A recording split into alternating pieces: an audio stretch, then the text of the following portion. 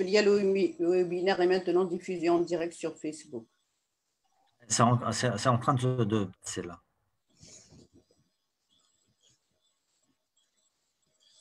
Je suis en train de voir si ça...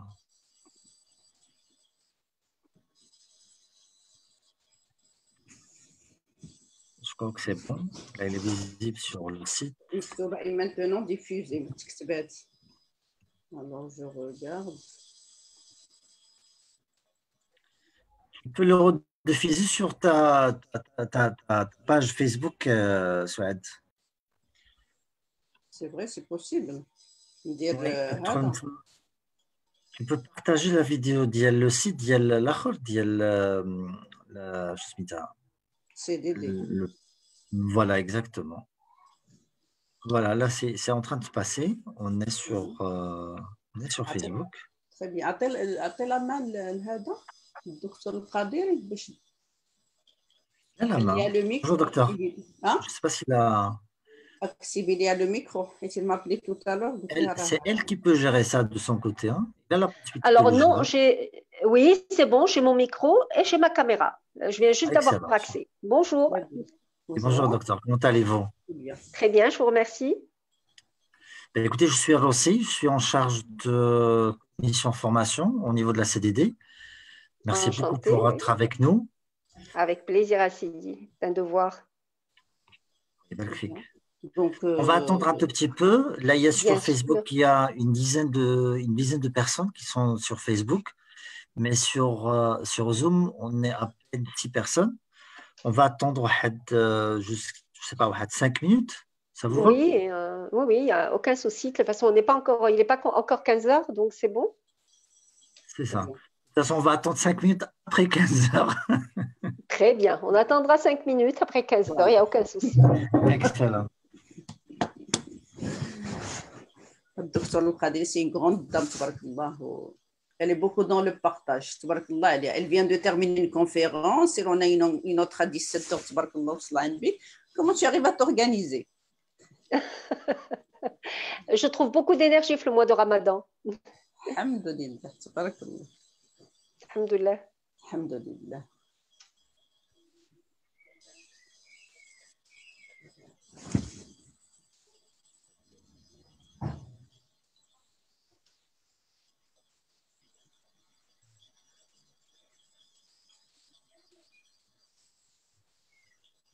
Kautar, tu me désactiver les caméras pour tout le monde?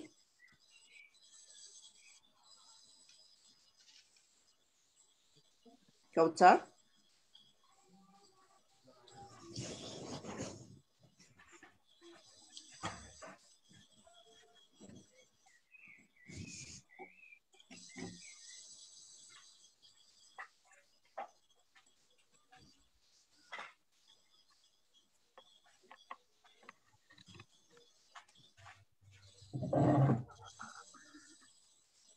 Kautar, tu es là? Oui, je suis parti chercher le chargeur parce que j'étais à court d'électricité. Je suis là. Voilà. Tu as désactivé les vidéos pour tout le monde? Caméra? Là, répondez conférencier. Ah, d'accord, très bien. Ça, tu me dis.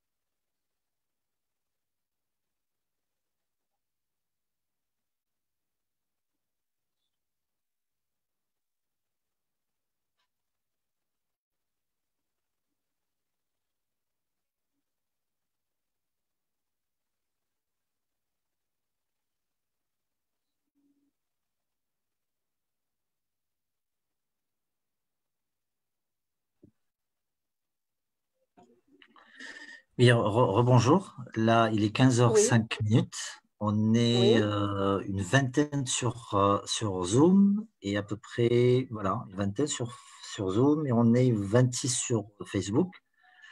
Pour ne pas trop tarder par rapport aux participants qui étaient à l'heure, moi, je suggère qu'on démarre si vous le souhaitez bien. Il D'accord? n'y a pas de souci, bien sûr, bien sûr.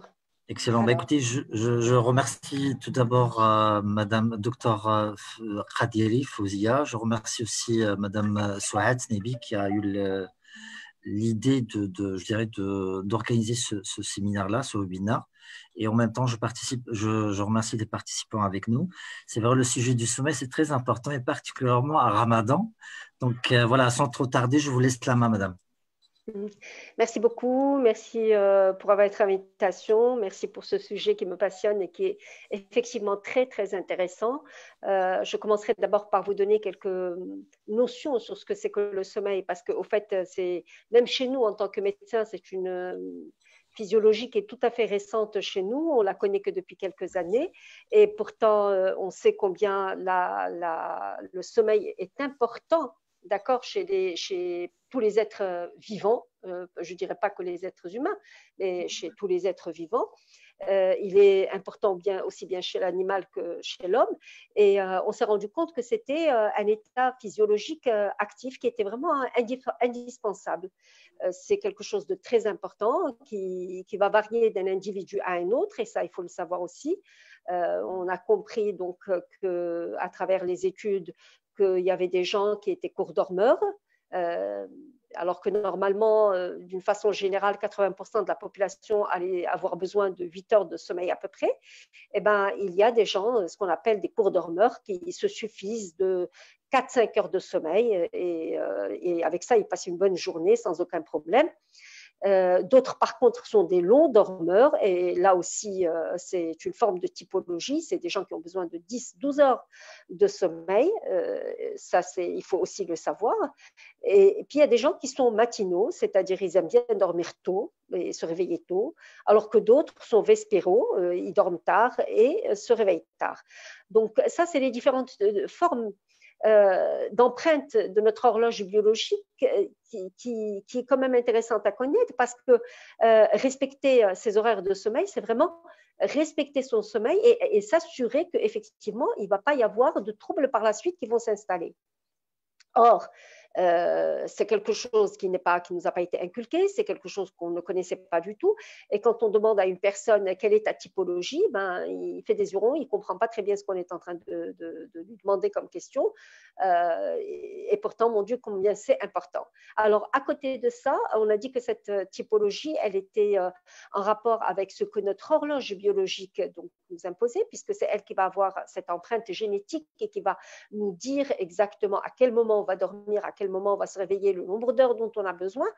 Mais il faut savoir que cette horloge elle-même, elle peut être ou flexible ou rigide. C'est-à-dire qu'il y a des gens qui vont pouvoir veiller un soir et retrouver leur rythme normal juste le jour suivant, alors qu'il y en a d'autres qui, par exemple, s'ils veillent un soir lors d'un mariage jusqu'à 2h, 3h du matin, ou je ne sais pas à quelle heure, donc il va rentrer chez lui, son sommeil va être perturbé et il va avoir énormément de mal à retrouver un sommeil normal.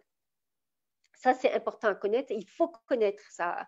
Ça, c'est fondamental. Connaître sa typologie, savoir le nombre d'heures dont on a besoin pour dormir, savoir si on est une horloge flexible ou rigide. C'est très important pour l'hygiène du sommeil et pour savoir gérer son sommeil.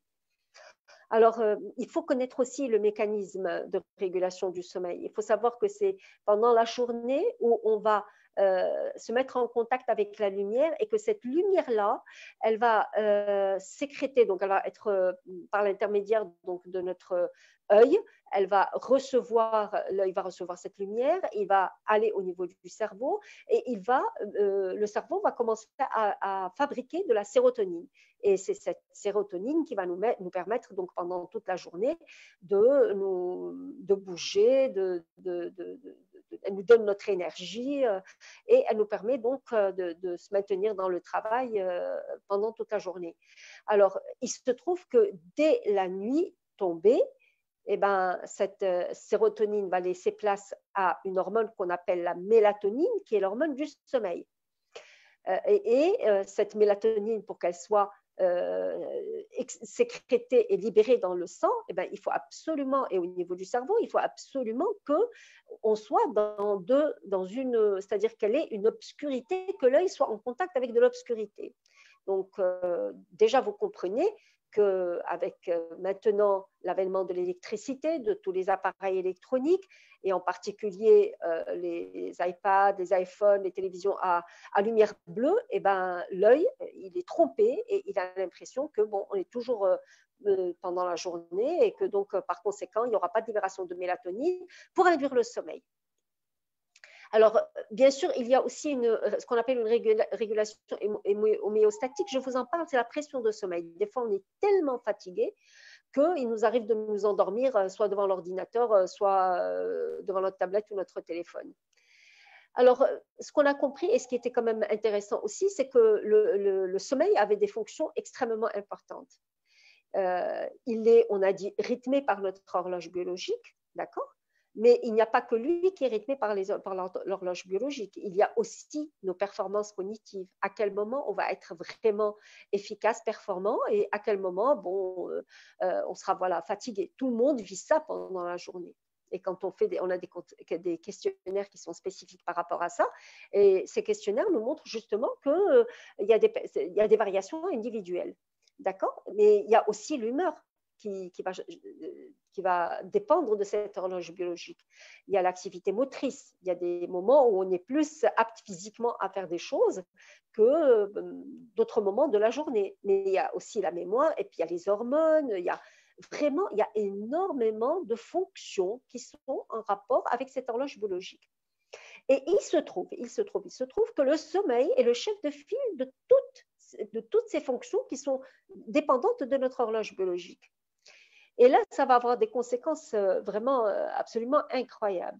Donc, déjà, de point de vue d'humeur, vous l'avez tous vécu, le soir où vous dormez mal, ou si, par exemple, des fois, vous veillez trop et que vous n'avez pas pris votre dose de sommeil, et ben pendant la journée, vous êtes irritable, vous n'êtes pas bien, vous n'êtes pas vraiment performant, vous avez quelques petits troubles de mémoire, ça ne se passe pas très bien.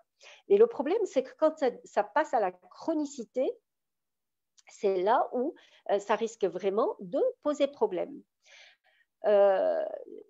En particulier sur la fonction cardiovasculaire. Pourquoi ? Parce que pendant le sommeil, le rythme cardiaque baisse, la pression artérielle baisse, et ça voudrait dire quoi ? Ça voudrait dire que notre cœur se calme et que notre tension artérielle baisse. Et ça permet au cœur justement de se reposer. C'est extrêmement important. Mais à côté de ça, le sommeil va agir également sur le système métabolique, c'est-à-dire sur la sécrétion de glucose, d'insuline, de leptine. Alors, et il va rétablir un équilibre justement entre sécrétion d'insuline et glucose, et le sommeil est vraiment essentiel par rapport à ça. Et j'ai parlé aussi de la leptine, qui est une hormone anorexigène, c'est-à-dire que c'est l'hormone de la satiété, qui est fabriquée pendant le sommeil. Ça voudrait dire quoi ? Ça voudrait dire tout simplement que les gens qui dorment mal, qui ont un sommeil de mauvaise qualité, ou les personnes qui, par exemple, dorment très peu, eh ben, ils ont une sécrétion réduite de cette hormone qui est la leptine, qui est l'hormone de la satiété, et ils n'auront pas cette sensation d'apaisement de la faim, et ce seraient des gens qui auront tendance à manger plus et à prendre du poids.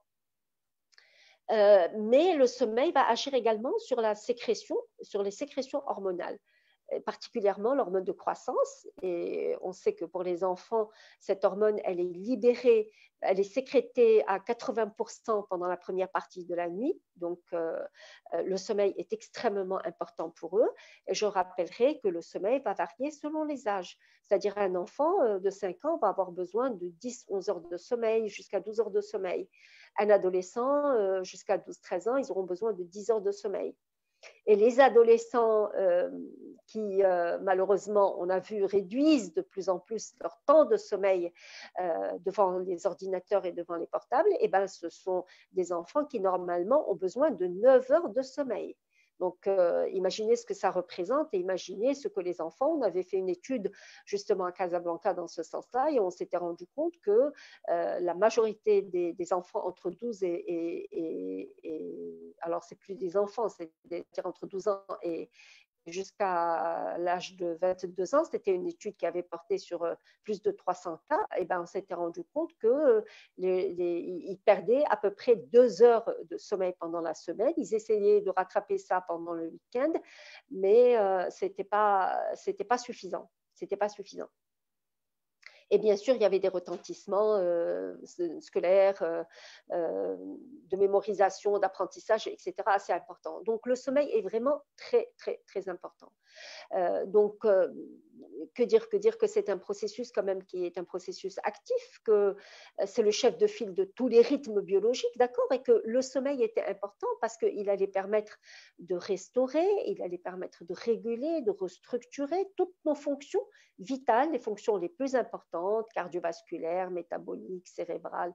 D'accord. Donc, et puis, là, comme je suis dans un groupe quand même spécialisé de dirigeants, qui est le club des dirigeants, donc vous avez tous des entreprises, vous avez tous des gens qui travaillent avec vous, ben, il faut savoir que une des fonctions principales du sommeil, c'est son influence sur l'état de vigilance. L'état de vigilance est vraiment, la qualité de l'état de vigilance est proportionnelle à l'état du sommeil, de la qualité du sommeil. Alors comment on a pu, c'est à travers, si vous voulez, la neuroendocrinologie, c'est à travers les neurosciences qu'on a pu déterminer tout cela. Mais il y a eu également l'informatique, il y a eu la miniaturisation de tous les appareils qui nous ont permis d'enregistrer le sommeil et de savoir qu'est-ce qui se passe au courant d'une nuit de sommeil. Alors, bien sûr, cet enregistrement qu'on appelle polysomnographie nous permet donc, après avoir placé des électrodes au niveau de la tête, au niveau des sangles au niveau de l'abdomen, d'autres électrodes au niveau du pied, quelques tuyaux au niveau du nez, etc. Mais bon, tout ça, c'est un petit peu lourd, mais au fait, c'est parfaitement supportable. Je l'avais essayé moi-même avant de demander des polysomnographies à mes patients. Et je me suis rendu compte qu'il n'y avait aucun souci, on pouvait dormir avec sans aucun problème.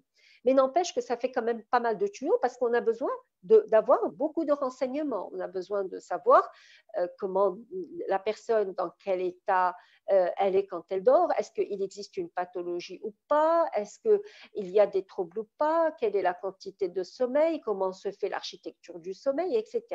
Et ben, ça nous a donné quand même tous ces renseignements et c'était vraiment des renseignements très précieux puisqu'on a découvert que pendant une nuit, on allait avoir 4 à 5 cycles de sommeil, d'accord. Chaque cycle, à peu près, va prendre 1 heure, 1 heure et demie, plutôt 1 heure et demie. Et donc, dans chaque cycle, on avait des phases de sommeil. Alors, on commençait par un sommeil lent, léger, puis ensuite, on avait un sommeil profond, puis après le sommeil profond, on avait un sommeil paradoxal, puis après le sommeil paradoxal, c'était un réveil, mais c'est un réveil qui est physiologique, c'est un réveil constant. Et quand on terminait ce cycle-là, on reprenait 1 heure et demie après le 2e cycle, puis le 3e cycle, puis le 4e cycle, d'accord? Et là, vous allez vous rendre compte de vous-même que, en vous disant le chiffre de 1 heure et demie, vous allez vous rendre compte des fois qu'après 1 heure et demie ou après 3 heures, c'est-à-dire un multiple de ce 1 heure et demie, vous allez vous réveiller. Eh bien, c'est un réveil qui est normalement physiologique, mais qui chez vous a été conscient pour plusieurs raisons qu'on verra tout à l'heure. D'accord? Donc, à partir de là, on a compris ce que c'était que le sommeil, quelles sont les différentes phases, comment se faisait un déroulé de nuit de sommeil, et on a compris également vraiment même les pathologies pouvaient survenir au déroulé du sommeil et pendant le sommeil. D'accord? Mais ce n'est pas que ce test-là qui existe. On a d'autres tests qui sont très importants pour étudier le temps d'endormissement, pour étudier est-ce que la personne peut se maintenir éveillée ou pas. Et tous ces éléments nous permettent d'étudier la performance, la vigilance, les conséquences d'un des troubles du sommeil. D'accord? Alors, au fait, on a donné de l'importance au sommeil après plusieurs catastrophes qui se sont déroulées vers les années 80. C'est là où on a commencé à se poser des questions et on s'est dit, c'est pas possible. Est-ce que le sommeil est aussi important que ça? Oui, il est important. D'abord déjà, vers les années 86, quand il y a eu l'accident de la centrale nucléaire de Tchernobyl, qui était survenu la nuit. Et là, quand ils ont fait leur rapport, ils se sont rendus compte que, bon, effectivement, il y avait des personnes qui manquaient de sommeil et que c'était vraiment lié à un problème de vigilance des gens qui étaient donc dans cette centrale nucléaire. Le deuxième problème qui s'est posé, c'était un problème plutôt à travers la Challenger, la navette spatiale. Et là encore, quand ils ont essayé d'étudier et de comprendre ce qui s'est passé, ils se sont rendus compte que c'était des heures excessives de travail qui étaient à l'origine d'une perturbation des performances et d'erreurs décisionnelles et de jugement lors d'un moment où la situation était critique, où il fallait absolument prendre une décision, mais les gens, voilà, ils étaient dans... voilà, ils n'avaient pas tous leurs moyens, ils n'avaient pas vraiment toute leur performance et toute leur vigilance. Donc, ils ont compris que c'était le manque de sommeil, que c'était les heures de travail excessives qui étaient à l'origine donc de cette fatigue et de ce manque de performance. Et puis, il y a eu bien sûr d'autres catastrophes maritimes, comme celle de l'Exxon Valdez, etc. Donc, à partir de là, vraiment, ils ont commencé à se poser des questions et à se dire, bon, il faudrait peut-être qu'on s'attarde à comprendre le sommeil et à savoir cette relation entre lui et la vigilance, entre lui et la performance, entre les autres maladies qu'on va découvrir fortuitement par la suite. Mais en tous les cas, au début, quand on s'est intéressé au sommeil, c'était vraiment dans le cadre de la vigilance et dans le cadre des grandes catastrophes vers les années 80. Et à partir de là, il y a eu plusieurs études qui ont commencé donc à être établies et très rapidement, on s'est rendu compte que 20% des accidents de la route étaient liés à la somnolence, que voilà, quand quelqu'un qui somnolait avait des difficultés dans son cadre professionnel, aussi bien à gérer son temps que des difficultés relationnelles, qu'une perte d'efficacité. Alors tout ça, c'était relié, d'après les questionnaires et les études qui ont été faites, avec donc, un problème de sommeil. Et puis que finalement, quand ils ont fait sur le total de nombre d'accidents, je vous donne des chiffres de l'INRS, donc ils se sont rendus compte que à travers les 700 000 accidents qui se passaient par an, la moitié à peu près, c'était des accidents mortels, en rapport avec des accidents de la route, et c'était généralement dû à un problème de somnolence. Donc vraiment, la problématique était assez grave. Ils ont poussé les études un peu plus loin, ils se sont rendus compte que c'était généralement les conducteurs professionnels, que c'était les utilisateurs de grosses machines et les travailleurs de nuit qui se retrouvaient dans ce risque d'accident assez élevé. D'accord. Donc là, ça, c'est bien sûr des études qui nous ont montré tout ça. On est parti chercher plus loin et là, on a commencé à essayer de comprendre comment un manque de sommeil pouvait agir sur notre comportement, sur notre vigilance, etc.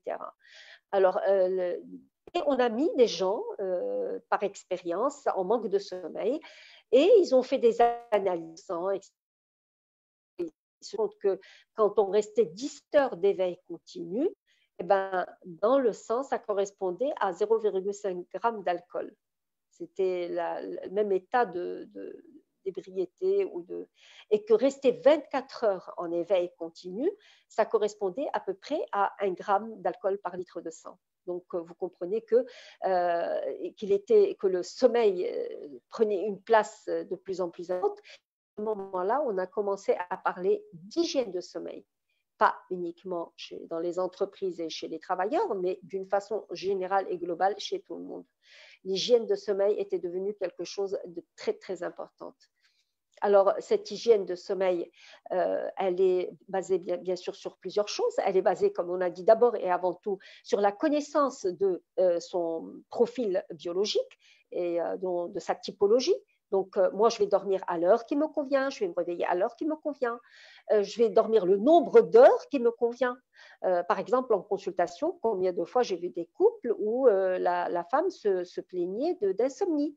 Et quand j'ai poussé mon interrogatoire, pendant la journée, vous êtes comment? Non, pendant la journée, je suis très bien. Vous n'avez pas besoin de prendre de café, vous n'avez pas besoin de prendre d'excitant pour tenir le coup. Non, non, non, non, je suis très bien pendant la journée, mais il se trouve que je dors jusqu'à 1h du matin. Mon mari, lui, à 10h, il est déjà au lit, il dort déjà. Et que moi, au total, je suis à 6h du matin, je suis réveillée. Mon mari ne se réveille pas avant 7h, 8h. Donc, si vous voulez connaître son profil biologique et connaître celui de son conjoint aussi, ce qui est très important, aussi important d'ailleurs, eh ben, ça te permet donc de te situer, de savoir exactement tes besoins donc connaître son profil, c'est important. C'est vraiment la première des choses à s'assurer et à respecter surtout, et à respecter. Alors, la deuxième des choses, c'est de ne pas se mettre en dette de sommeil comportemental. Et c'est pour ça qu'il faut vraiment faire très attention au moment où on se met au lit, où on veut aller se mettre au lit. Il faut vraiment s'assurer que c'est bien notre heure de sommeil et qu'on va respecter ces horaires-là et qu'on prendra tout le sommeil dont on a besoin. D'accord ? Maintenant, il y a d'autres choses qui sont très importantes par rapport à cette hygiène de sommeil. Qu'est-ce qu'on a dit? On a dit que les gens, par exemple, pouvaient prendre des excitants pendant la journée et rentrer dans un cercle vicieux. C'est des gens qui dorment mal et quand ils se réveillent le matin, ils ont besoin de prendre 3-4 cafés par jour. Et bien sûr, ça va provoquer comme une sorte d'hyperactivité au niveau de leur système nerveux et au moment où ils vont vouloir dormir, eh ben, ça va les empêcher de dormir. Et donc, parmi les conseils qu'on apporte, c'est qu'il faut absolument que la personne, à partir de 14h, réduise ses boissons, en tous les cas d'excitants, que ce soit le thé, le café, les chocolats, tous les colas aussi, des fois la cigarette aussi, et des fois même l'alcool. Alors, il y a une idée qui est préconçue, celle de l'alcool, c'est de penser qu'effectivement l'alcool va libérer la personne, qu'elle allait le détendre et qu'elle allait lui permettre de dormir. Mais on s'est rendu compte que c'est d'abord, c'est un petit peu vrai, mais au fait c'est juste une levée d'inhibition et que par la suite, la personne, elle dort vraiment très très mal pour se réveiller des fois au milieu de la nuit avec un sommeil qui n'est vraiment pas de qualité. Mais il y a d'autres choses qu'il faut éviter quand on parle d'hygiène de sommeil. C'est vraiment, par exemple, quand une personne, elle se dit, bon, j'ai envie de faire des activités physiques et qu'elle est très prise pendant la journée et que juste avant le soir, elle se met à faire du cardio-respiratoire, des mouvements assez brusques, etc. Et ça va chauffer son corps. Or, le corps a besoin de baisser de température pour pouvoir rentrer dans la phase de sommeil. Alors, quand je dis baisser de température, c'est juste 1 degré, pas plus. Donc, le fait de faire une activité physique intense, eh ben, va chauffer l'organisme et l'organisme aura du mal à trouver son sommeil. De la même manière, quand on prend un repas trop copieux le soir, eh ben, de la même façon, l'organisme, avec la digestion, la température de l'organisme va augmenter. Donc, on ne pourra pas le faire, on ne sera pas dans un état, disons, de bonne température pour entrer dans un bon sommeil. Et même si des fois on dort alors que nous sommes en pleine digestion, c'est un sommeil de très mauvaise qualité. D'accord? Et je vais ouvrir une petite parenthèse rapidement. Les gens qui, par exemple, mangent beaucoup pendant le mois de Ramadan, c'est des gens qui dorment très très mal, qui sont tout le temps fatigués. Et ça, c'est des choses qui ont été des témoignages qui sont certains. Alors, donc ça, c'est par rapport à l'hygiène du sommeil. Et il est important aussi de dormir dans le calme total, c'est-à-dire que pas de lumière, et là on a parlé comment les portables, la lumière bleue des téléphones, des ordinateurs, de la télévision étaient capables justement de donner un faux signal à notre cerveau qui ne va pas libérer cette mélatonine qui est l'hormone du sommeil. Donc, on demande aux gens, à partir d'une certaine heure, si moi je sais que j'ai besoin de dormir à partir de 10 heures, eh ben, je vais, à partir de 9 heures, arrêter de prendre tout appareil électronique. Je sais que c'est difficile, mais les habitudes, on peut les changer. Et ce qui est recommandé plutôt, c'est de prendre un livre, d'accord, et de lire, parce que là, vraiment, ça bloque le mental, parce que nous, de nos jours, malheureusement, on est vraiment pris dans notre mental.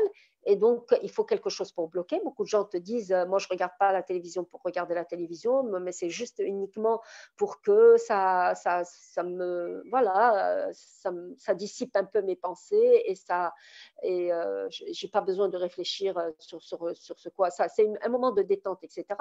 C'est possible, mais il y a d'autres méthodes qui sont moins agressives que la lumière de la télévision et surtout le son de la télévision, parce que vous allez le remarquer, même si vous mettez un son vraiment très diminué, au moment de la publicité, ce son devient très très fort et il peut même vous réveiller. Donc, pas de lumière bleue, pas 1 heure avant de dormir, d'accord ? Parmi les recommandations, il faut que bien sûr la chambre soit aérée, il faut qu'il y ait une bonne température et on estime qu'entre 20 degrés à peu près, vraiment c'est parfait pour dormir. Essayez bien sûr d'avoir un lit propre, pas trop d'acariens. Quand je dis propre, c'est pas qu'il soit sale, mais il est recommandé de changer le lit tous les 8 ans. C'est pas tous les ans, mais tous les 8 ans quand même. D'ensoleiller les matelas, tout le reste, etc. tous les jours, surtout dans des villes comme par exemple Casablanca où il y a beaucoup d'humidité et d'acariens et beaucoup de réactions allergiques. Ça, c'est parmi les recommandations et pour une bonne hygiène du sommeil. Maintenant, il se trouve que pendant le mois de Ramadan, justement, il y a non seulement le mois de Ramadan, mais il y a également le confinement. Et là, il y a plusieurs erreurs qui peuvent être commises. La première des erreurs, c'est que la personne, elle va se dire, bah, c'est bien, j'ai mon temps, donc je vais essayer de récupérer un petit peu toutes les nuits de souffrance que j'ai eues avant et je vais pouvoir dormir. Et elle se retrouve en train de dormir et de faire de l'hypersomnie. Comme il y a les insomnies, il y a les hypersomnies. De dormir plus que ce dont elle a besoin. Et ça aussi, ça déséquilibre la physiologie de l'organisme. Le corps n'a pas besoin de dormir plus que ce dont il a besoin. Si on a besoin de 8 heures, il faut s'arrêter à ces 8 heures. Si on a besoin de 7 heures, on s'arrête à ces 7 heures. On s'arrête au nombre d'heures auxquelles notre corps nous demande de ses besoins. Même en période de confinement, c'est très important de ne pas se laisser aller et rester au lit. Alors, on verra comment par la suite. On dira comment. La deuxième erreur qu'il ne faut pas commettre, c'est de se dire, écoute, c'est bon, moi la nuit, je me sens bien, je peux faire ma grasse matinée, donc je peux me réveiller quand je veux. Alors, le premier jour, on se réveille à 10 heures, le deuxième jour, on se réveille à 11 heures. Avec le mois de Ramadan, on se réveille à midi, 1 heure. Et on se retrouve avec un problème de trouble d'horloge biologique. Alors, qu'est-ce qui se passe ? Il se passe qu'il y a un décalage. L'horloge biologique qui est habituée à donner des ordres, c'est-à-dire de dormir la nuit et de se réveiller le jour, d'être inactif et au repos le soir et d'être actif pendant la journée, elle se retrouve en train de faire… on lui impose, ce n'est pas elle, on lui impose de faire donc tout à fait le contraire. Et là, les conséquences sont quand même assez lourdes. Pourquoi ? Parce qu'il va y avoir un trouble de l'horloge et le jour où on voudra reprendre, d'ailleurs c'est ce qui s'est passé en Chine, le jour où ils ont arrêté le confinement, ils se sont rendus compte que beaucoup de gens étaient en phase de sommeil, qui avaient des difficultés à se réveiller le matin, aller à leur travail, d'y aller, eh ben, ils n'y étaient pas du tout. Ils avaient performance, ils avaient leur capacité. Un gros groupe, il y a beaucoup d'études d'ailleurs qui sont faites dans. Alors, donc, essayez de respecter vos horaires de sommeil, enfin, essayez de respecter la nuit et le jour. La troisième erreur qu'on pourrait commettre, et elle est en rapport toujours avec des rythmes physiologiques, c'est les repas. Les repas et les rythmes de repas. Alors, quand on était dans le confinement, les études ont montré que beaucoup de gens étaient dans le grignotage. Et ça, c'est catastrophique parce que ça fait prendre du poids, ça pose des problèmes par rapport à beaucoup de pathologies qui peuvent s'installer à cause de l'obésité. Et ça fait que finalement, on ne respecte plus ces horaires de repas. Or, les repas et surtout les heures de repas, ce sont des heures qui sont également physiologiques. D'accord ? Quelles que soient les habitudes qu'on a instaurées à son organisme. Il y a des gens qui prennent leur déjeuner le matin et leur dîner le soir qui s'arrêtent là, et que pendant la journée, ils prennent des fruits, juste de l'eau. Il y en a d'autres qui ont besoin de prendre un petit déjeuner, un repas à midi et un repas du soir. D'autres qui n'ont pas besoin de prendre un repas du soir, peu importe. L'essentiel, sur quel rythme vous étiez. D'accord ? Donc là, avec le mois de Ramadan, on est passé vraiment au jeûne, donc à l'extrême opposé par rapport à là où on était. On s'est habitué à grignoter des chocolats, des biscuits, des petits fruits secs, etc., etc. Vient le mois de Ramadan et la table, bien sûr, elle est tout le temps bien garnie. Au début, on dit, bon, c'est l'Aïn li tatakul et c'est Yel li tatshba, donc on va bien garnir notre table. Mais très rapidement, on se retrouve donc en train de manger plus que ce qu'il ne faut, en train de grignoter et en train de manger beaucoup de sucreries. Et là, deux processus négatifs. Le premier, c'est que quand on mange trop, comme je vous l'ai dit, le sommeil est de très mauvaise qualité. La deuxième des choses, c'est qu'on n'est plus en état de jeûne. Pourquoi ? Parce que quand on rentre le mois de Ramadan, notre cerveau tout de suite envoie un message. Mais au fait, il a envoyé un message à notre corps pour lui dire, écoute, voilà, on va rentrer dans une période de jeûne. Bien. Vous savez que notre système digestif, c'est notre deuxième cerveau. Il est très riche en cellules nerveuses spécialisées et donc il communique très très bien avec le cerveau.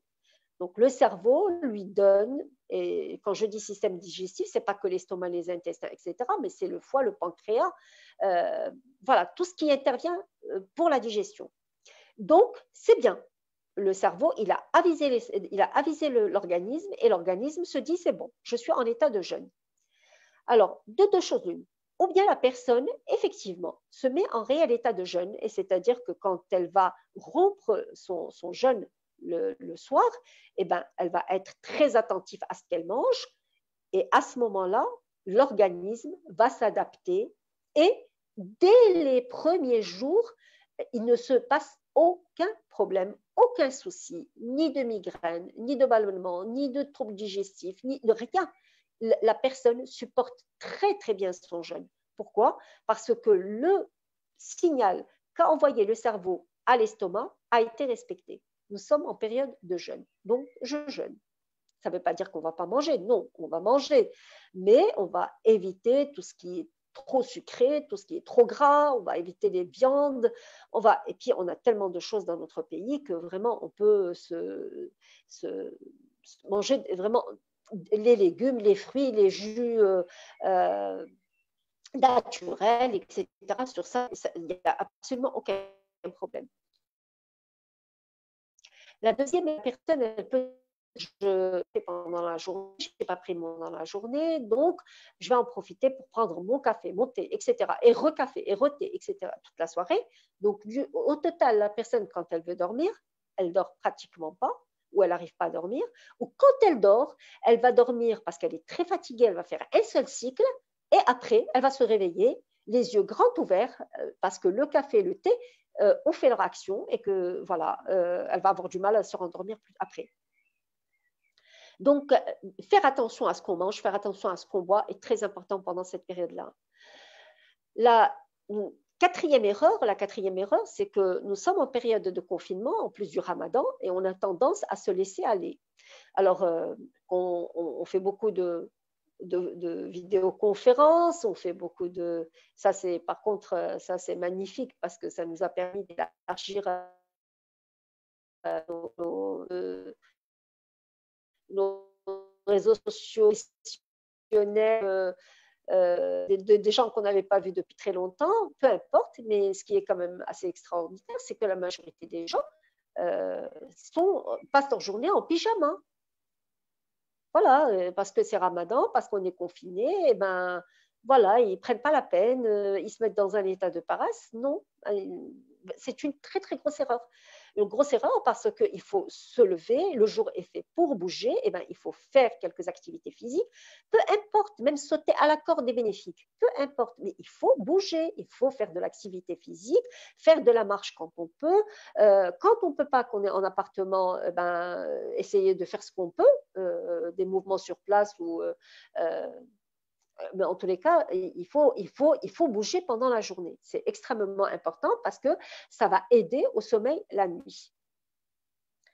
Alors, la cinquième erreur, et c'est une erreur tout aussi dramatique, c'est ce que nous vivons en ce moment. C'est avec le confinement, avec tout ce qui se passe, le Covid-19, etc. Il y a beaucoup de gens qui angoissent et qui sont là toute la journée en train de regarder les informations, qu'est-ce qu'il y a de nouveau, est-ce qu'il y a un nouveau traitement, est-ce qu'il y a, etc., etc. Et là aussi, on peut tomber dans l'excès et une étude chinoise a montré justement que quand on suit ces événements plus de 3 heures par jour, et vous savez, 3 heures, c'est vite passé, hein, entre les messages qu'on reçoit sur le téléphone, sur les réseaux sociaux, entre les informations qu'on écoute à la télévision d'une chaîne à une autre, parce qu'on a l'impression que ça va nous apporter quelque chose, alors qu'au fait, voilà, ça ne va pas apporter grand-chose. Donc, ça va apporter que d'installer de la peur et de l'angoisse. Même quand on n'est pas conscient, eh ben, ça fait quand même de l'angoisse. Et en Chine, ils ont découvert qu'une personne qui restait plus de 3 heures à écouter ou à s'informer sur le Covid-19 allait manifester un trouble d'angoisse généralisée, ce qu'on appelle le TAG. C'est une manifestation, donc je dirais psychiatrique, même pas psychologique, mais psychiatrique, qui est quand même assez sérieuse et dont le traitement est assez lourd, qui peut arriver jusqu'à l'état de panique. D'accord ? Donc, le fait de se retrouver comme ça, livré à soi-même, on est peut-être amené à regarder justement, à suivre des informations de façon assez poussée. Et ça, ce n'est pas tellement recommandé. Pourquoi ? Parce qu'une fois que la peur s'installe, eh ben, tout le système cérébral se modifie, c'est-à-dire ça, c'est les neurosciences qui ont montré ça. Les groupes de neurones se compartimentent entre elles et vous allez trouver des zones du cerveau qui ne sont plus en contact les uns avec les autres.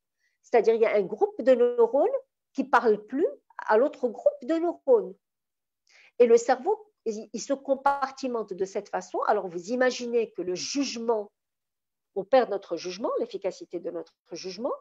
On peut même se retrouver dans des états de torpeur sans comprendre exactement ce qui se passe.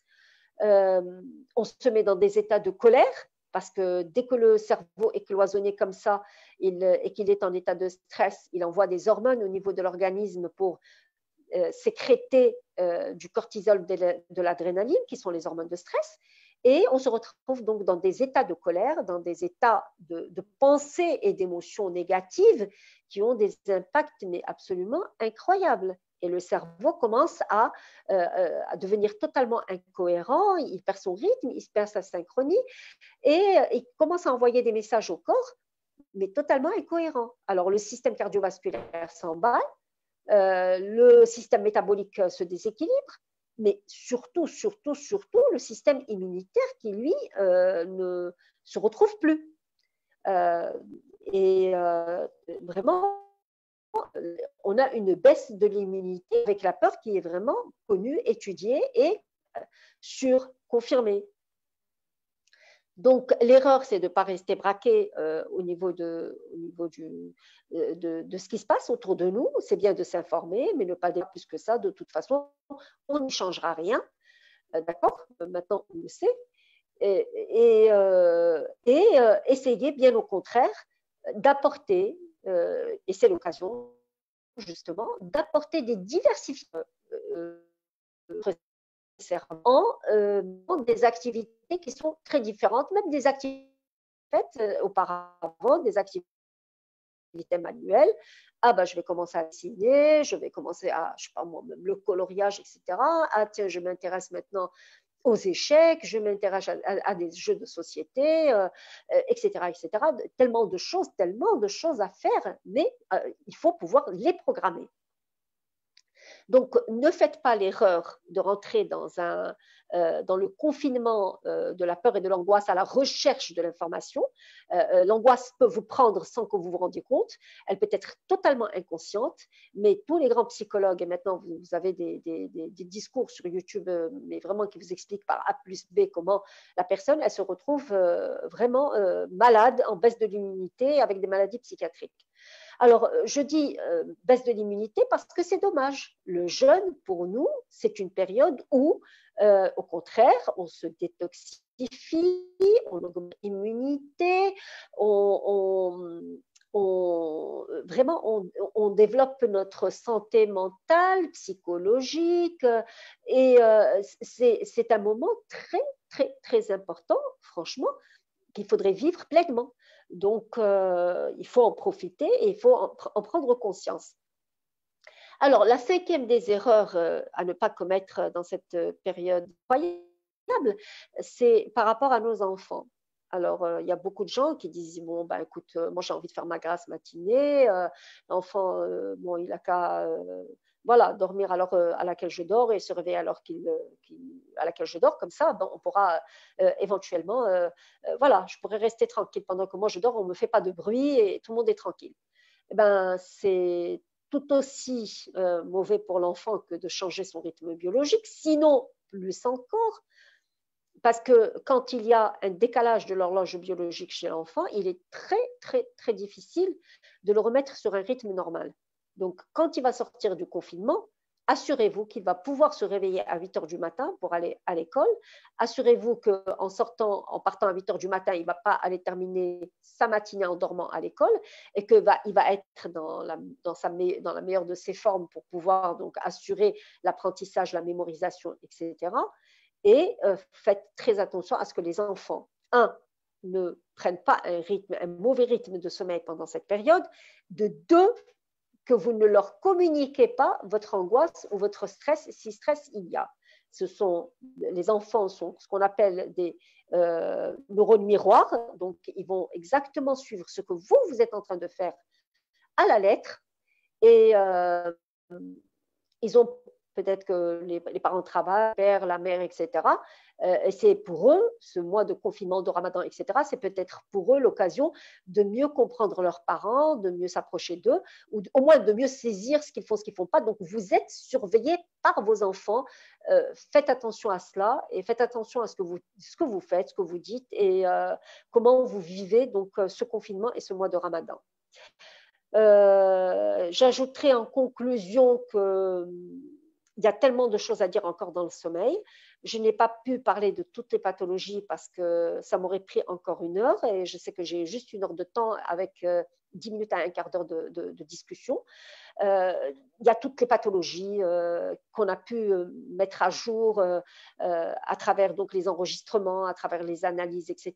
Et ce n'est pas qu'un manque de sommeil, ce n'est pas que les troubles de sommeil, mais c'est aussi les hypersomnies qui sont des maladies. Il y a également les troubles respiratoires du sommeil, c'est-à-dire les ronflements qui vont se terminer par des apnées et qui vont engendrer des troubles cardiovasculaires très importants. Combien d'hypertension artérielle ont été traités comme ça sans qu'on se rende compte que derrière, ce qu'il y avait, c'était des apnées du sommeil qui venaient perturber ce calme et ce repos du cœur pendant la nuit, et qui faisait que bon, la personne, elle a commencé à faire des troubles comme ça, métaboliques, de l'obésité, de la dépression, etc.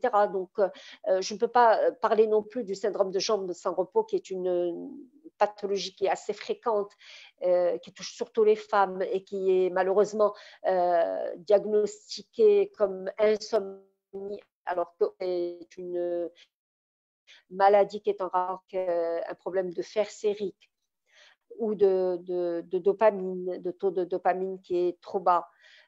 En tous les cas, le volet pathologique, il est difficile pour moi de vous le traiter là maintenant.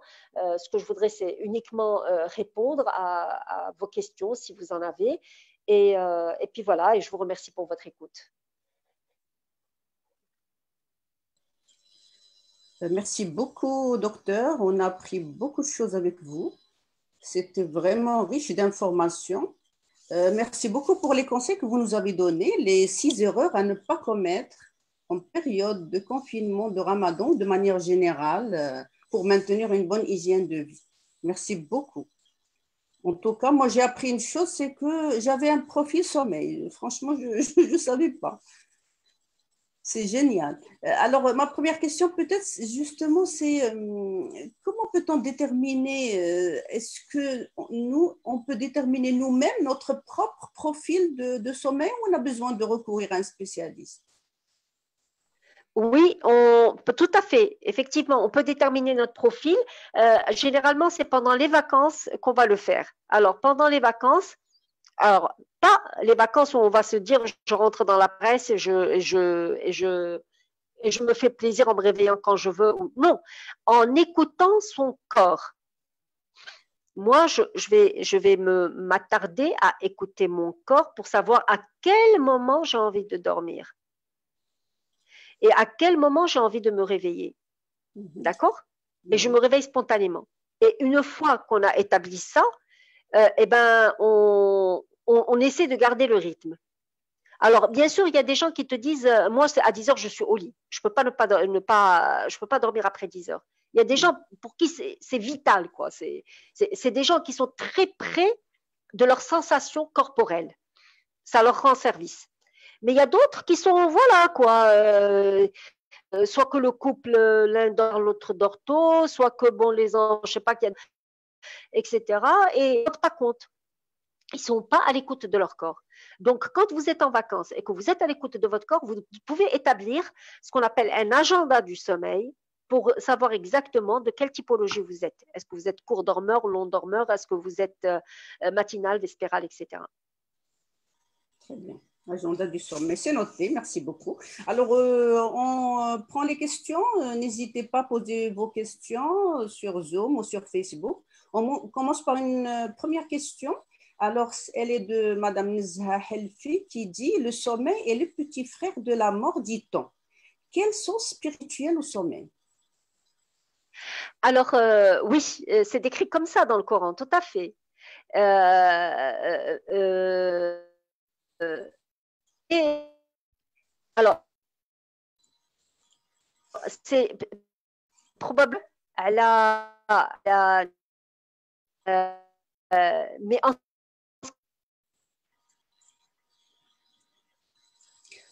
Docteur Khaderi, je ne vous entends pas très bien. Il y a un problème de son. Ah bon? Oui, oui, c'est bon. Maintenant, c'est bon. Vous pouvez répéter, s'il vous plaît, parce qu'on ne vous a pas entendu tout à l'heure. Donc, c'était uniquement… Alors, que les neurosciences ont bien montré qu'il y avait un corps immatériel. D'accord? Alors, peut-être qu'il parlait quand il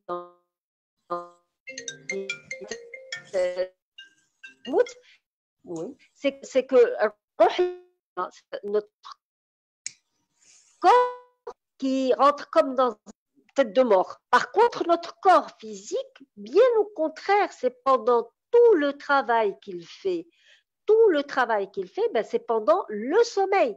Vous savez, je donne toujours cet exemple-là. Je dis, c'est comme par exemple un grand camion qui a travaillé toute la journée, qui a roulé toutes les routes, et le soir, quand il rentre au garage, eh ben, il y en a qui changent les pneus, il y en a qui changent l'huile du moteur, il y en a qui ajoutent le mazout, il y en a qui changent les pièces, etc., etc. C'est exactement ce qui se produit durant la nuit dans notre corps physique, notre corps matériel. Je dis bien corps matériel. Pour que le lendemain, on retrouve toute l'énergie, on se retrouve donc en forme, dans les meilleures des capacités. Super, très bien. Alors, je regarde sur Facebook, il y a Madame Myriam qui a posé une question tout au début de la conférence. Alors, comment gérer les crises d'angoisse à la descente de la nuit et préparer son corps à dormir?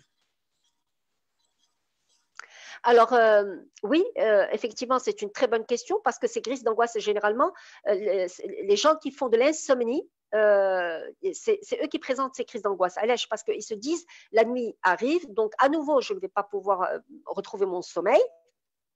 Et ils commencent à angoisser. C'est ce qu'on appelle des insomnies psychophysiologiques. Alors, pour ça, ce qu'on recommande, c'est que la personne, 1 heure avant le sommeil, fasse près de l'habitude de se donner une petite heure de relaxation, de repos, où elle va changer complètement, c'est-à-dire où elle va se retrouver dans un système où elle va vraiment se relaxer. Et au moment où elle va se mettre dans le lit, elle se dit, moi, le sommeil n'est pas mon ennemi. Alors, dès qu'on se met en tête que le sommeil est notre ennemi, on est sûr qu'on l'aura comme ennemi et que jamais il ne sera là au rendez-vous. Donc, gardez en tête et en schéma de pensée que votre sommeil est votre ami. Et vous vous dites, quand il viendra, c'est parfait, quand il ne viendra pas, ben, ce n'est pas grave. Moi, en tous les cas, je ne vais pas me braquer sur lui. Alors, dès que vous vous braquez sur votre sommeil, c'est lui qui gagne, il ne viendra pas. Il est têtu. Il ne viendra pas. Donc, relaxez-vous, d'accord? Et voilà, si jamais le sommeil ne vient pas, vous vous levez du lit, c'est ce qu'on appelle un traitement cognitif et comportemental. On se lève du lit, on va faire des activités, mais des activités reposantes toujours, des activités reposantes, jusqu'à ce que le sommeil vienne et on se met dans le lit. Le plus important, c'est de changer son schéma de pensée vis-à-vis du sommeil et de ne pas se dire, ah, encore ce soir, je ne vais pas dormir, demain, je ne vais pas être en forme pour ma réunion, et nanani, etc. Donc ça, c'est toute une thérapie cognitive et comportementale. Super, faire du sommeil son allié plutôt que son ennemi. Oui, très bien. Tout à fait. Alors, on a une autre question sur Zoom. Alors, bonjour, je suis un retardataire. Comment définir un bilan de sommeil et comment préparer un bon sommeil? Alors, comme ce que je vous ai expliqué, le sommeil se prépare pendant la journée. C'est-à-dire qu'il faut avoir une bonne activité physique pendant la journée, il faut avoir des repas équilibrés, d'accord? Et il faut surtout gérer le temps de travail. Je m'explique. C'est-à-dire un cerveau qui est branché sur du 220 ou du 240, comme on dit, chacun son… tu ne peux pas lui demander, parce que le cerveau n'est pas un ordinateur, tu ne peux pas lui demander, allez, hop, j'appuie sur le bouton et je l'éteins. Ce n'est pas possible. D'accord? Donc, quand vous travaillez pendant la journée, dites-vous une chose, je m'arrête toutes les heures, je gère mon temps, je dois apprendre à gérer mon temps, je dois apprendre à gérer mon stress, je dois apprendre à gérer ma vie de tous les jours. Donc, je m'arrête toutes les heures, d'accord? J'appelle un ami au téléphone, je fais quelques mouvements de relaxation, je respire, je fais une relaxation de respiration profonde. Sur YouTube, vous allez trouver plusieurs séries de respiration, de cohérence cardiaque qui sont très intéressants parce que ça recalme le cœur, ça recalme l'esprit, ça diminue le stress. Et donc, pendant la journée, je fais attention pour que tout soit équilibré, mes activités physiques, mon travail, mon activité intellectuelle. D'accord? À partir de là, je me prépare à dormir le soir. Et en me préparant, je vous ai dit, une heure avant, je me donne le temps pour moi, en faisant un peu de lecture ou des choses qui sont vraiment, même si j'ai envie de regarder la télévision, je regarde une émission, mais vraiment très light. C'est-à-dire, ce qu'il faut éviter, c'est de mettre ses émotions en avant. Il faut éviter de mettre son intellect en avant. Vous savez, des fois, on a un dossier à traiter à la maison. On se dit, bon, ben, quand je me mettrai au lit, je le ferai. Maintenant, j'ai envie de rester avec je sais pas moi, avec les amis ou je ne sais pas quoi, etc., etc. Donc, on se met au lit, on allume son ordinateur en dehors de la lumière bleue, je dis, même en dehors. Tu fais travailler ton cerveau. Et puis, à un moment donné, tu te dis, bon, je veux dormir. Eh ben, le sommeil ne vient pas. Pourquoi? Parce que le cerveau, il n'est pas, voilà, comme j'ai dit, c'est pas un ordinateur, tu peux pas appuyer sur un bouton et lui dire, allez, hop, tu t'arrêtes et il s'arrête. Non, il faut vraiment le préparer. Donc, il y a un rituel une heure avant l'heure à laquelle on doit dormir, où vraiment, il faut tout faire baisser, c'est-à-dire, et on le dit bien, faire de la méditation, faire de la relaxation, faire un petit quart d'heure de yoga, quelque chose qui fait que tu relaxes et que ton cerveau puisse baisser, parce que notre cerveau, quand on travaille beaucoup, il est sur une onde bêta, et il faut le ramener à cette onde alpha voilà, de repos, quoi, de calme, de zénitude. Très bien, super. Une autre question de Selma Kbej. Alors, elle dit, ma fille a 23 ans, elle est étudiante et elle n'entend pas son réveil le matin. Elle a changé plusieurs fois la sonnerie, mais elle ne l'entend pas ou elle l'intègre dans son sommeil. Alors, on vit beaucoup avec les jeunes étudiants ce problème-là. Tu sais, le corps, il a besoin de ces 7-8 heures. Quand tu lui as pas donné ces 7-8 heures de sommeil, tu sais, tu peux mettre un réveil, tu peux mettre ce que tu veux. Quand il te dit, Niet, arrête, moi, j'ai besoin de dormir, eh bien, il dort. Tu sais combien de fois on a vu des gens dormir en attendant le train, combien de fois on a vu des gens dormir en attendant l'avion, combien de fois on a vu des gens dormir dans des circonstances mais incroyables. Donc, c'est qu'ils ont, leur corps a besoin de sommeil. Donc, ça dépend, Madame Khabbech, quand est-ce que votre fille dort. Si votre fille dort et qu'elle se donne ses 8 heures de sommeil, ben, il n'y a pas de raison pour qu'elle n'entende pas le réveil. Et si peut-être elle a besoin de plus de 8 heures de sommeil, eh ben, il faut voir effectivement, comme j'ai expliqué tout à l'heure avec un agenda du sommeil, pour voir est-ce que ses besoins sont plus importants que ça. Et dans ce cas-là, il faudrait qu'elle dorme plus tôt pour pouvoir se réveiller à l'heure du réveil. Très bien, super. Alors, on passe aux questions sur Facebook. Il y a Najet Chliyeh qui dit comment connaître le nombre d'heures nécessaires pour notre corps? Alors, je l'ai évoqué tout à l'heure. J'ai dit que quand vous êtes en vacances, par exemple, mais c'est des vacances calmes. Ce ne sont pas des vacances où on a décidé de sortir tous les soirs ou de faire la fête tous les soirs, etc. Non, des vacances calmes, quand vous n'êtes plus par votre travail, etc. Et ben, c'est à ce moment-là que vous pouvez remplir un agenda du sommeil, que vous pouvez télécharger d'ailleurs du réseau Morphée de Internet, et vous remplissez votre agenda du sommeil et vous voyez, et vous êtes à l'écoute de votre corps. C'est très important d'être à l'écoute de son corps, de faire d'avoir une activité pendant la journée entre la nutrition, le sport, etc., équilibré, ne pas prendre d'excitants, etc., avoir son rituel pour calmer son cerveau et écouter son corps pour savoir à quel moment on a vraiment envie de se mettre au lit, c'est-à-dire qu'on commence à bailler, on commence à… Et à partir de là, sur juste une semaine, vous pouvez tracer un peu vos… Alors, une fois, par exemple, lors de de voir avec la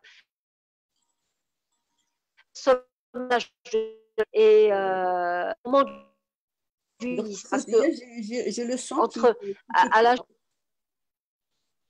Docteur Fouzia. Alors, oui. Voilà, vous pouvez répéter. Ok, vous y êtes là? Oui, c'est bon, maintenant c'est bon. Ça alors, j'ai dit tout simplement que être à l'écoute, il faut être à l'écoute de son corps et il faut remplir l'agenda du sommeil. Et au bout d'une semaine, on a eu de l'heure à laquelle on a besoin de dormir, du nombre d'heures qu'on a besoin de faire et de l'heure à laquelle… Sinon, on essaie de se rappeler quand on était adolescent, à quelle heure à peu près est-ce qu'on était plutôt tardif, plutôt… Parce que ça, ce profil dont je vous parle, un profil qui est… Alors, il y a beaucoup d'entrer tard le soir jusqu'à minuit, 1 heure pour se réveiller aussi le cas, alors qu'il y a tout le monde est au lit, tout le monde dort. Donc, si vous voulez, il y a une petite connotation génétique qui est là, importante, mais non, il peut parfaitement tracer l'agenda de ses heures et le nombre qu'il a besoin. Super. Donc, une autre question de Najat toujours. Est-ce que vous conseillez de prendre du magnésium pour se relaxer et s'endormir? Et bien sûr, il y a tous les biens qui sont intéressants. Moi, je suis contre les somnifères, contre les médicaments. Tout somnologue que je suis les médicaments. Je ne les donne qu'en cas d'urgence. Qu'est-ce que je dis urgence? C'est-à-dire quand il y a une insomnie aiguë. Il y a eu un gros stress, la perte d'une personne qui est chère, je ne sais pas moi, une embauche d'emploi, un événement vraiment où voilà quoi, on est dans un stress aigu. Aussi, je dois me faire un diagnostic comme ça. Là, on donne des médicaments. Pourquoi? Pour que la insomnie dont on est tout à l'heure. On a des problèmes du son encore. Aïe, aïe, aïe, aïe. Ça se coupe. Est-ce que vous entendez? Oui, oui, ça va mieux, oui. Non? Mais on te voit, oui, on t'entend maintenant très bien, mais je ne te vois pas. Bon. On ne peut pas tout avoir en même temps. Hein. Voilà, désolée. Alors, je disais, si vous m'entendez, c'est le plus… Alors… Mais c'est coupé, c'est coupé. Ça se coupe.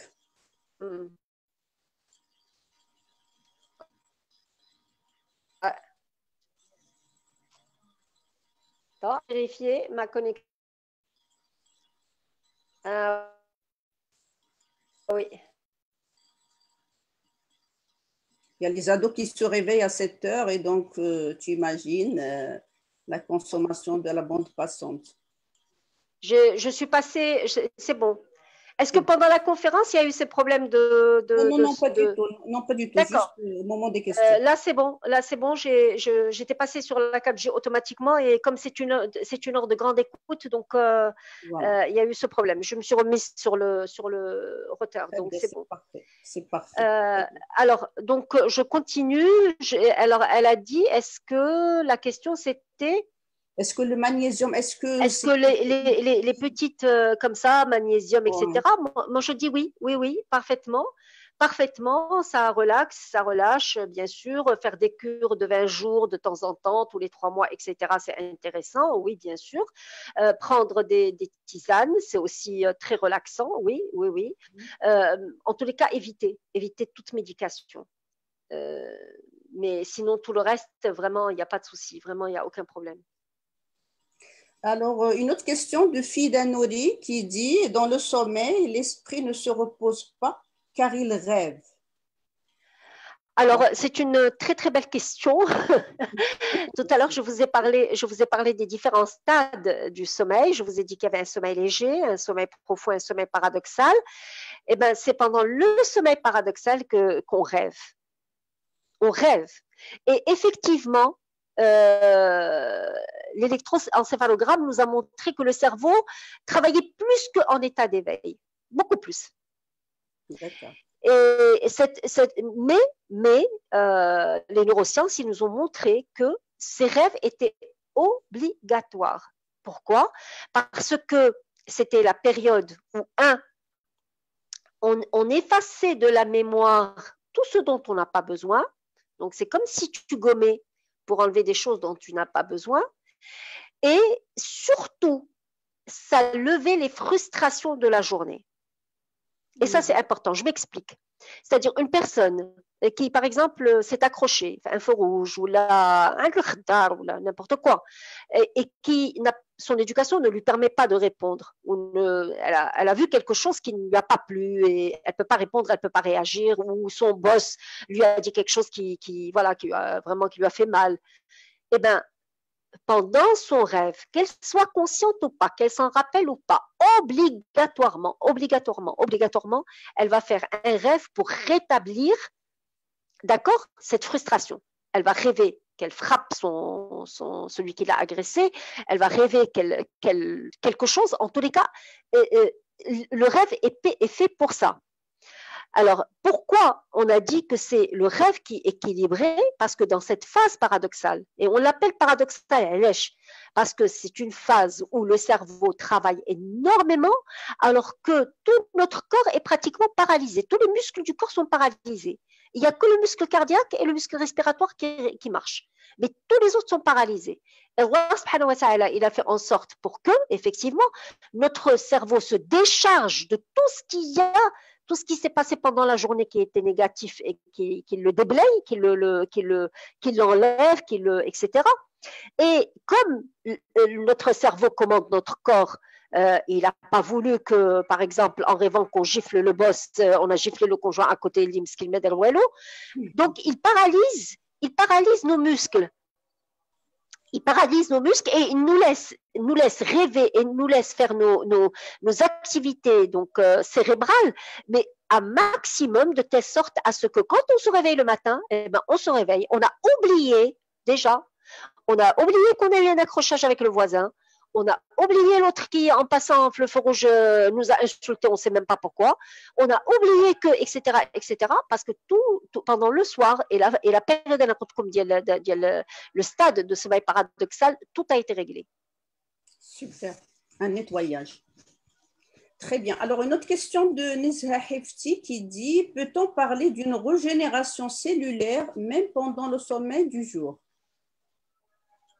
Alors oui, c'est une très très bonne question. Effectivement, on peut dormir le jour. On peut dormir, mais on a une phase spécifique d'hyposomnolence entre 13h et 15h. Alors ça, c'est un sommeil bénéfique. Ça, on peut dormir.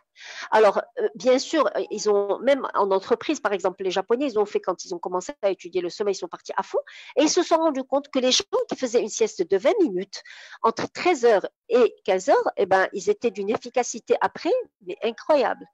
Donc, toutes les entreprises maintenant demandent à leurs employés de se prendre cette demi-heure et de dormir parce qu'ils savent qu'ils vont être beaucoup plus efficaces après. Pour ce faire, parce qu'ils n'ont pas prévu, ils ont prévu des restaurants, mais ils n'ont pas prévu des cantines, mais ils n'ont pas prévu où dormir, et ben, chaque entreprise loue la salle de cinéma ou de théâtre qui est la plus proche. Pour permettre aux gens donc de se mettre sur des fauteuils confortables et de prendre leur petite demi-heure de repos et de sommeil. Super, vivement que ça se fasse au Maroc aussi. Hein. Oui. Alors, j'ai une autre question sur Facebook de Amin Ahmed qui dit: y a-t-il un exercice à faire ou bien un médicament à prendre pour stimuler les acouphènes, c'est ça, pendant le soir, sachant que le fait d'écouter les bruits blancs ne les fait pas diminuer pour moi? D'accord. Alors, effectivement, je peux répondre, moi, pas en tant que casquette de médecin spécialiste du sommeil, mais en tant que médecin spécialiste en ORL.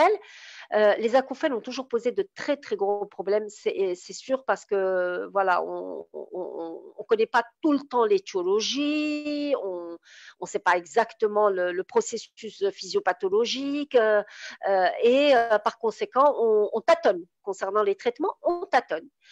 Alors, Anna, ce que je dis à mes patients, c'est qu'au lieu d'investir dans du matériel lourd ou chahaja, investissez plutôt dans un petit poste radio, d'accord? Et vous allez mettre un bruit, enfin, un bruit, vous allez mettre vraiment juste à peine de quoi ça va être audible et masquer le bruit qui vous dérange sur une chaîne que vous trouvez reposante. Ça, je ne sais pas, ça peut être Qanat Mohamed Sadis, ça peut être une musique, il y a des chaînes de musique classique, il y a des chaînes de musique, etc. Et mettre un compteur, arrêter après une demi-heure ou une heure, quand vous savez que ça va vous prendre un quart d'heure ou 20 minutes pour dormir. D'accord? Alors, ça, c'est une des techniques. Généralement, ça marche chez mes patients. Mais voilà, ça dépend des gens. Ça dépend de quel type de bruit c'est. Ça dépend de beaucoup de choses, au fait. Très bien. Donc, une autre question de Mouna Halim. Alors, pendant ce confinement, je vis particulièrement avec mes parents, 80 et 72 ans, et ma fille de 9 ans et moi 36 ans. Et avec Ramadan, j'arrive vraiment pas à gérer l'heure du sommeil, surtout de ma fille. Pouvez-vous m'aider, s'il vous plaît? Merci. Alors,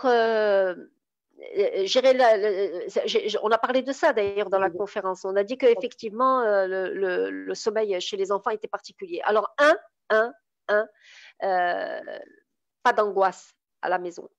Pas d'angoisse à la maison. Il faut rester zen et totalement zen.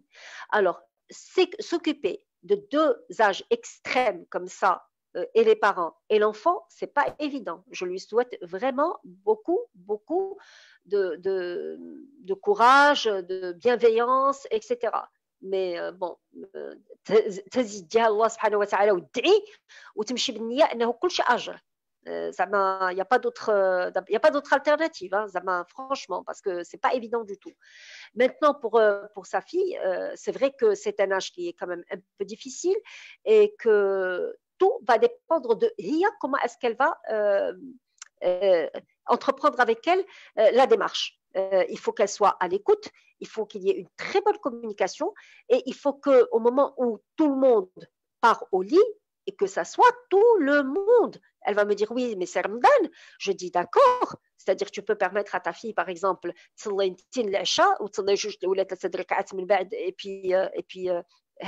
et aller toi au lit. Il faut que ta fille te voie aller au lit et qu'elle comprenne que, bon, voilà, c'est peut-être le moment où tout le monde dort. Alors, comme les parents, ils sont âgés, alors je sais que chez les personnes âgées, il y a un syndrome qu'on appelle avance de phase de sommeil. Les parents vont dormir beaucoup plus tôt que tout le monde. Ils vont dormir vers le coup de 7h, 8h, 8h30 maximum, et ils vont se réveiller vers 1h, 2h du matin. Alors, c'est évident que si ils se réveillent et qu'ils trouvent les gens réveillés, eh bien, personne ne va plus dormir. Vous comprenez? Parce que là, la personne âgée, elle a un sommeil très particulier. Elle va dormir tôt, mais elle va se réveiller au milieu de la nuit. D'accord?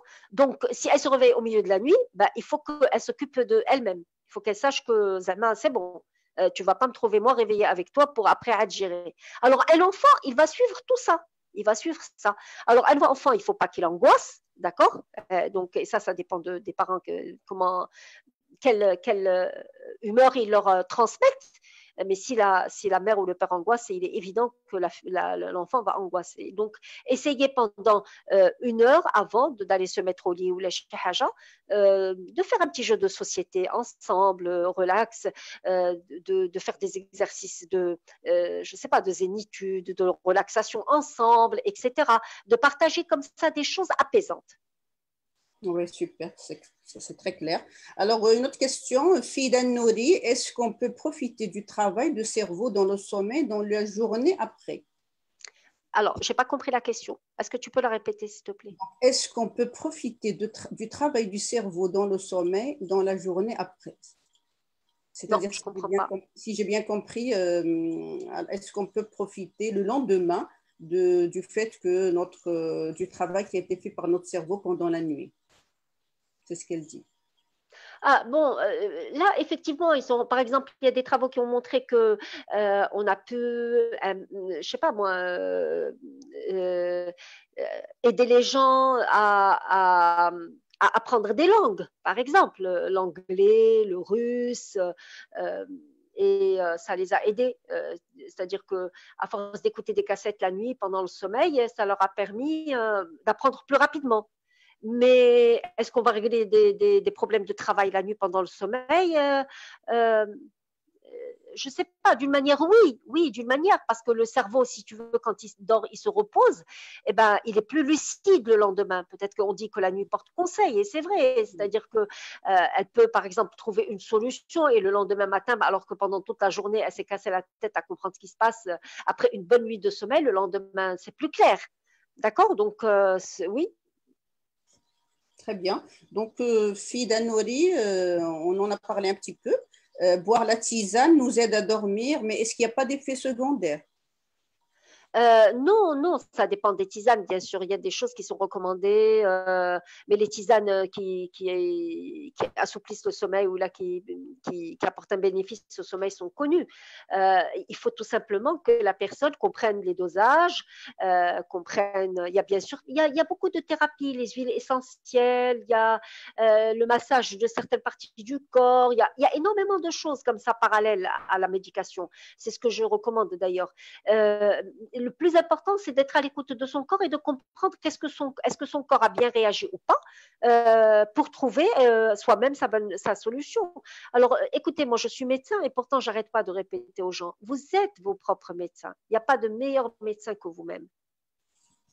Il n'y a pas de meilleur médecin que vous-même. Donc, vous êtes votre propre médecin. Écoutez votre corps et essayez des choses, par exemple. Et c'est bien sûr des choses, disons, non médicales. Et si vous vous rendez compte que ça marche bien, bah, tant mieux. Si vous vous rendez compte qu'il y a un petit quelque chose, un symptôme qui s'ajoute ou les shahaja, vous-même, vous essayez d'arranger ça jusqu'à trouver le bon dosage de la tisane. Je ne sais pas, pour vous dire, par exemple, moi, quand je prends une verveine, ça m'apaise énormément, mais si je prends 2 verres de verveine, eh ben, ça me réveille complètement. Voilà, c'est comme ça. Donc, chacun son corps, chacun son organisme, chacun ses besoins. Et restez à l'écoute de votre corps, c'est tout ce que je peux vous dire. Très bien. Donc, moi, j'ai deux autres questions sur Zoom. Alors, Mouna Halil, merci beaucoup pour le choix du sujet. Pendant ce confinement, je vais partir. Ah oui, ça, on a déjà répondu. Pardon. Alors, il y a Khalid Yaziri. Alors, bonjour. Pour les femmes qui allaitent naturellement chaque heure durant la nuit, c'est quoi vos recommandations, s'il vous plaît? Oh là là. Alors, est-ce qu'il demande des recommandations pour lui ou là pour sa femme? Ben, sur sa femme, j'imagine, parce qu'il n'arrive pas à dormir quand elle allait. Ben, il faut voir, hein, la femme skinara, elle est obligée, parce que quand le bébé vient de naître, elle est obligée de lui donner à téter toutes les heures, c'est certain. Alors, moi, je vais vous expliquer. Des études ont montré en France que le maximum de divorces est venu après la naissance d'un bébé. Il faut faire très attention. Vraiment, il faut faire attention. C'est-à-dire qu'il faut être vraiment dans beaucoup de bienveillance, aussi bien pour la femme que pour l'homme.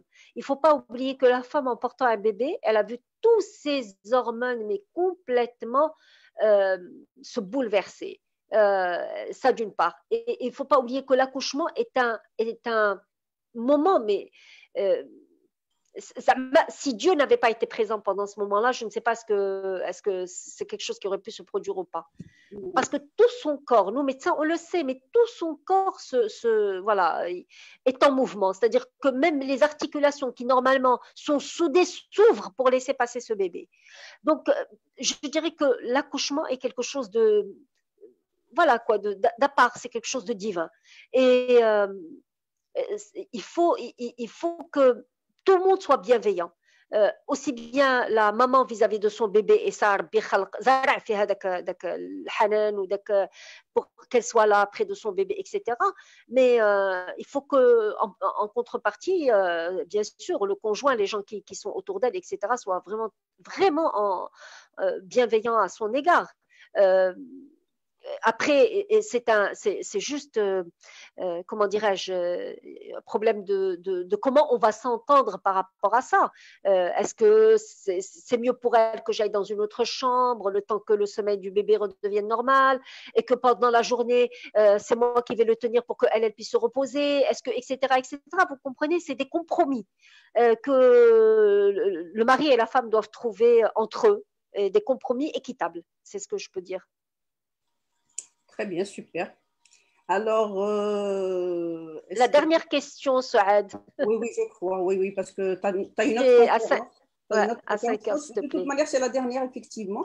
Alors, elle a dit, c'est la dame qui parlait tout à l'heure, qui a ses parents âgés avec elle. Oui. Elle dit, merci pour votre réponse. Le seul problème est que mes parents ne dorment pas tôt. Ah, en plus. Qui n'arrange pas les choses, d'accord. Qui n'arrange pas du tout les choses. Aïe, aïe, aïe, aïe. Bon courage, Mouna. Oui, écoute, qu'est-ce que tu veux que je te dise? C'est très difficile à gérer tout ça, c'est évident. Mais en tous les cas, elle peut imposer. C'est-à-dire, elle est jeune. Je suppose que c'est elle qui gère tout le monde puisque ses parents sont vraiment très âgés. Donc, elle peut imposer. Elle peut prendre les rênes et imposer. Voilà. Imposer du moins son rythme à elle et à sa fille. Ses parents sont libres, elle ne peut pas leur imposer, mais elle peut leur expliquer. Elle peut leur dire que voilà, on a besoin d'aller quand même dormir tôt. Donc, dirou shi haja, réorganisez-vous autrement. Mais bon, c'est pas évident parce que les parents d'un certain âge, ils comprennent pas tout ça, ils comprennent pas très bien. Mais voilà, il faut vraiment pouvoir gérer tout ça, c'est sûr. Il y a que la communication, hein, après les outils, je ne sais pas, il faut voir le contexte, il faut voir est-ce que la maison est suffisamment grande pour qu'ils aient leur séjour à part, leur chambre à coucher, est-ce que les parents eux-mêmes sont dépendants, indépendants, est-ce qu'ils dépendent d'elle, est-ce qu'elle a du personnel qui travaille avec elle ou pas. Il y a beaucoup de facteurs qui vont intervenir, mais en tous les cas, il faut que vraiment elle prenne tout son courage pour solutionner, trouver vraiment comment elle peut gérer tout ça. C'est pas évident, c'est vraiment pas évident. Je pense qu'il faudrait peut-être voir carrément un coach de vie parce que c'est pas tellement le sommeil, mais c'est gérer tout ce monde qui est pas évident. الله يعاونها الله يعاونها الله يعاونها الله يثبت اجرها. Voilà, de toute manière, elle dit ils sont compréhensifs. Donc, voilà. C'est génial. C'est super. Alhamdulillah. Ben, merci beaucoup, Dr Fouzi. On a appris beaucoup de choses avec vous. Le profil, les 6 erreurs à ne pas commettre, qu'il faut utiliser un agenda de sommeil pour connaître justement son profil. Votre sommeil est votre ami et donc c'est pas votre ennemi. Il faut le prendre comme un allié. Je m'arrête toutes les heures pour faire un break. Je fais un rituel du sommeil. Je prends du temps pour moi. C'est ce que j'ai retenu. Merci beaucoup. Et tu as retenu l'essentiel. Ça a été très intéressant. On a beaucoup appris avec vous. Donc, avant de vous quitter, un petit mot de la fin. Écoutez, c'est un mois béni. Moi, le mois de Ramadan est un mois béni. Ce confinement est vraiment exceptionnel à mes yeux, moi personnellement. Je vis un moment de retraite spirituelle extraordinaire et je me dis que c'est l'occasion vraiment de gérer beaucoup de choses que je ne pouvais pas, je n'ai pas eu le temps de gérer avant. Donc tout se passe dans la tête, tout se passe dans la tête. C'est à vous de voir comment vous prenez les choses. C'est à vous de voir comment vous utilisez votre temps, comment les choses qui viennent vers vous, comment vous les acceptez. Est-ce qu'il y a de l'acceptation? Est-ce qu'il y a de la résilience? Est-ce qu'il y a un rejet? Et selon l'état d'esprit dans lequel vous êtes, vous allez vivre un très très beau mois de Ramadan, ou bien bon, et là c'est effectivement difficile pour les gens qui sont dans le rejet, qui sont dans qui supportent pas ça, etc. Mais on peut revoir, on peut rediscuter avec soi-même, refaire un retour à soi et remettre de l'ordre dans tout ça. Je pense qu'il n'est pas tard, on a encore le temps de rétablir les choses. Et super, merci pour l'invitation. Merci beaucoup, une très belle conclusion à méditer. Merci beaucoup aux participants qui ont été là, qui ont posé des questions vraiment très, très, très intéressantes. Merci à vous, Dr Fouzi Al-Qadiri. Au plaisir de vous retrouver une autre fois. Merci pour votre générosité. Merci beaucoup. Merci et à la prochaine conférence. Bonne journée. Au revoir.